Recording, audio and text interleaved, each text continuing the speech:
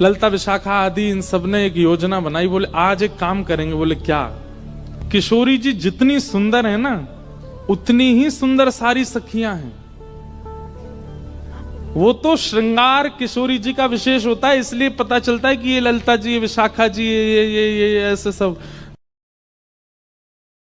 अगर एक सा पोशाक और एक सी श्रृंगार सब धारण कर लें तो कोई पहचान नहीं पाएगा कि इनमें किशोरी जी कौन है।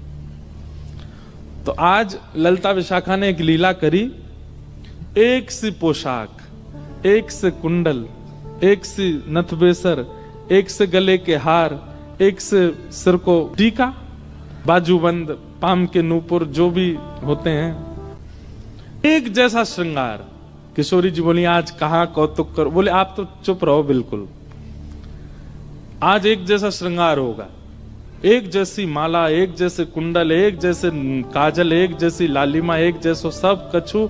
और आज श्याम सुंदर कुंज में आएंगे तब हम उनसे पूछेंगे बताओ हम में से राधा रानी कौन है। किशोरी बोली अरे ऐसे मत करो, बेचारे बड़े भोले हैं, एक से सब देखेंगे पहचान नहीं पाएंगे, और नहीं पहचान पाएंगे तो मुंह को कष्ट होएगा। तो सखियां बोली आप भी जानती तो होगी वो पहचान नहीं पाएंगे। नहीं नहीं, अब वो तो मुझे पता है कि वो पहचान तो जाएंगे, लेकिन कहीं तुम सबरी बड़ी उद्यमी हो, कहीं ऐसा श्रृंगार कर लियो, कहीं कोई और पे दृष्टि चली गई और फिर मुझे बड़ो श्रम है जाएगा। ललिता विशाखा बोली श्रम ना होगा, बल्कि स्पष्ट है जाएगी बात। ये जो आपके मन में इतना भ्रम है ना कि श्याम सुंदर बहुत प्रेम करें, अरे भाई प्रेम करें तो पहचान जाएंगे। किशोरी जी बोले अब तुम्हारी जैसी राजी हो तुम करो। सब ने एक जैसा श्रृंगार किया। महाराज श्याम सुंदर की तो कहा चले, ललिता विशाखा नहीं पहचान पा रही है कि सबन में राधा रानी कौन सी है। इंदु लेखा के पास गई, वो जाके बोली हे श्यामाजू। अरे मैं श्यामाजू नहीं, मैं इंदु हूं।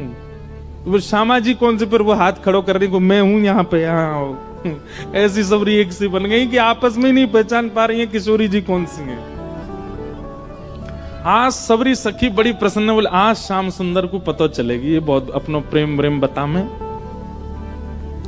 किशोरी जी के पास जाकर के सब सखी बोले तुम्हारे हाथ जोड़े, तुम्हारे पाम पूजे, और तुम्हें हम सबकी सौगंध है। बोले कहा आप कुछ ना कुछ ऐसा करोगी कि उनको पता चल जाएगा कि आप किशोरी जी हो, इसलिए आपसे हमारी प्रार्थना है आप अपने मन से कुछ भी नहीं करोगी।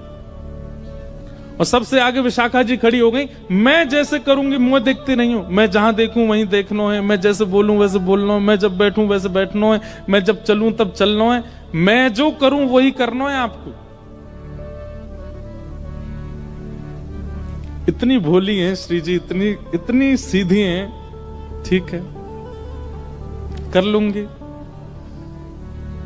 प्रसन्न भी हैं सारी गोपियां, लेकिन चिंता भी हो रही है मन में कि कहीं श्याम सुंदर पहचान नहीं जाए कि कौन सी है किशोरी जी।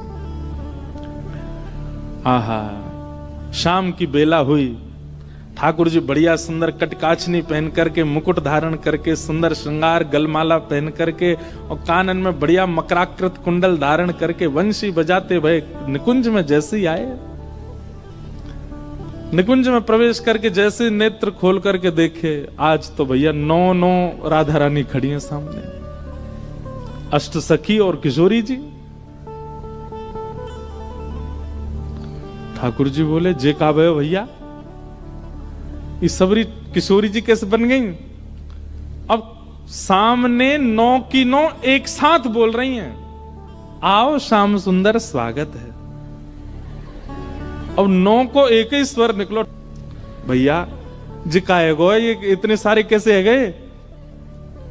अब एक कोई बोल जाएगा और बाकी शांत रहे तो ठाकुर जी को पता चल जाएगी ज्यादा चपड़ चपड़ बोल रही है जो विशाखा है, तो इसलिए सब एक साथ बोल रही हैं, हे श्याम सुंदर। आप कहते हैं कि आपका और किशोरी जी का बालपन का संबंध है, आप बचपन से ही एक साथ हो। ठाकुर जी बचपन ते नहीं जन्मन ते संग हैं, हमेशा ते संग है। तो बोलो ठीक है, अपने आप उंगली रख करके बताओ हम में से किशोरी कौन सी है, हम में से राधा रानी कौन सी है।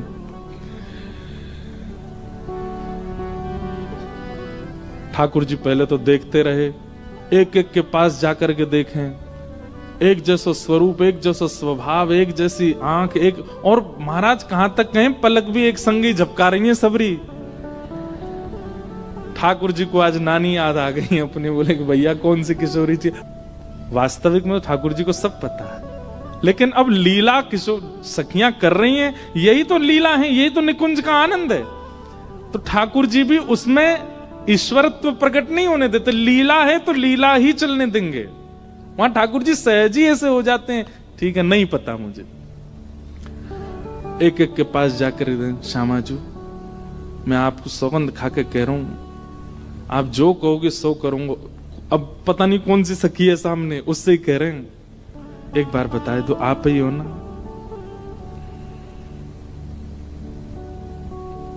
सबके आगे जाके मनोहार करें, लेकिन ठाकुर जी नहीं पहचान पाए। ठाकुर जी बोले अब कहा करूं मैं, कैसे पहचानूं, कैसे ढूंढूं कौन सी है इनमें तो किशोरी जी। तभी ठाकुर जी बोले भैया सब सखीन के रूप एक से है सकें, आंख एक सी है सके, श्रृंगार एक सौ है सके, वस्त्र एक सौ है सके, पर स्वभाव किशोरी जी जैसा कोई को ना है सके। और बोले स्वभाव के लिए तो फिर मोकू कछुने चतुर काम करनो पड़ेगो। ठाकुर जी बोले मैंने पहचान नहीं। सब सखी बोली कौन सी हैं? बोले रुक जाओ सिंहासन पर बैठ के बताऊंगा। दूर जाके बैठ गए और सिंहासन पर बैठ के कहा कह रहे हैं वो खड़ी। सब सखी के कौन सी? सब पे उंगली कर रहे हैं, वो खड़ी वो खड़ी, दो वो खड़ी वो खड़ी। जाको तन गोरो। सब सखी बोली हम सबन के बस तन गोरे हैं। नहीं नहीं नहीं नहीं, उनको रूप रंग कहा बता रहे है? बोले ये वही हैं। बोले कौन सी? अरे वही जो तुम सबन के बीच में खड़ी हैं। बोले कौन सी?